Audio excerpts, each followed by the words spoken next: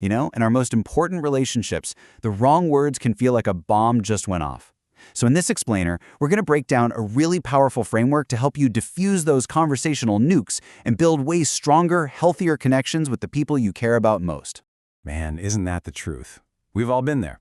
You get angry or stressed, or maybe your feelings are just really hurt, and the words just fly out. Words you almost instantly wish you could just snatch back out of the air.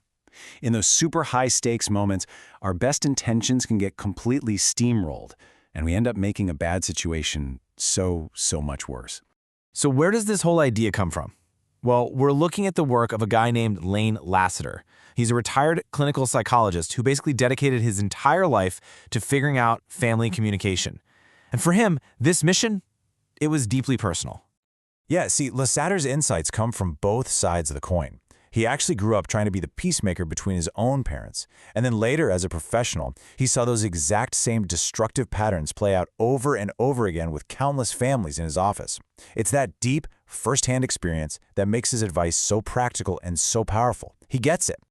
So that brings us to the absolute core of his framework, a concept he calls communication nukes.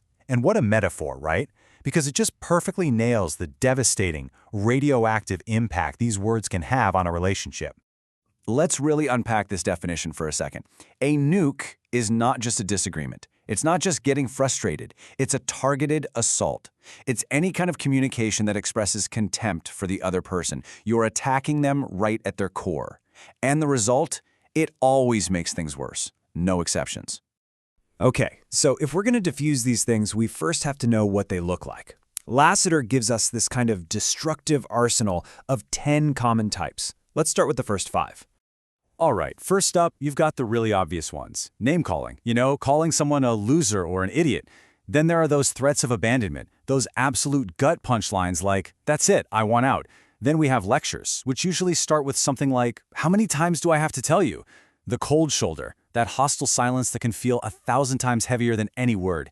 And finally, just plain interrupting, which sends the clearest message possible: what you have to say doesn't matter to me. And now for the next 5. You've got martyrdom, that's playing the victim with phrases like, "after everything I do for you."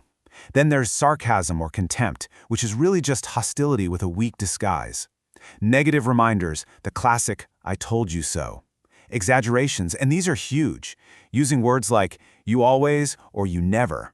And finally, a really big one, throwing the kitchen sink at someone. That's when you just dump every single past grievance on them all at once. Just take a second and let that list sink in. I mean, you've probably been on the receiving end of these, right? And hey, maybe you've even used a few yourself.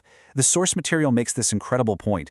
We can feel the sting from these words for years, especially when they come from the people we love the most. They really stick with us. Okay, so once we can spot these patterns, how in the world do we stop them? The good news is Lasater doesn't just leave us with the problem. He gives us a clear 3-step plan to start diffusing these things and protecting our relationships from any more damage. And here's the game plan, laid out perfectly. Step 1, make a pact. You and your partner or family member or whoever it is, you both agree that these nukes are totally off limits.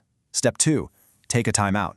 You have to learn to recognize that feeling, that urge to launch a nuke as your personal warning siren to step away and cool down. And step 3, if a nuke does slip out, and it might, apologize. And it has to be a sincere apology.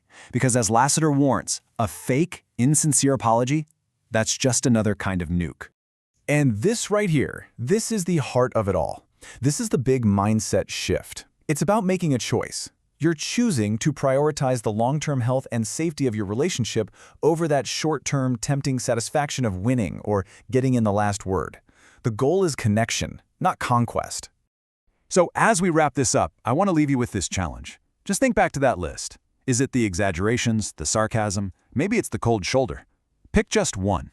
What is the one communication nuke that you can commit to making completely off limits, starting right now? Because remember, the goal isn't to win the argument, it's to protect the relationship. And that's a goal worth fighting for.